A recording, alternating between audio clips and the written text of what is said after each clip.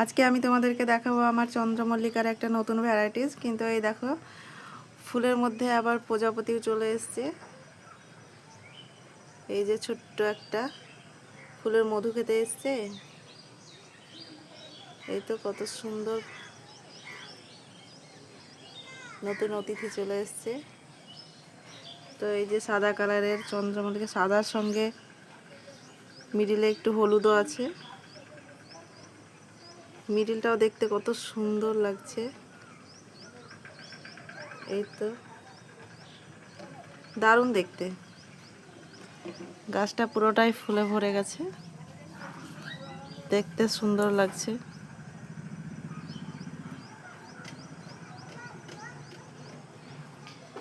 বন্ধুরা, তোমরা অবশ্যই জানাবে আমার এই চন্দ্রমল্লিকার ভ্যারাইটিটা কেমন লাগছে দেখতে।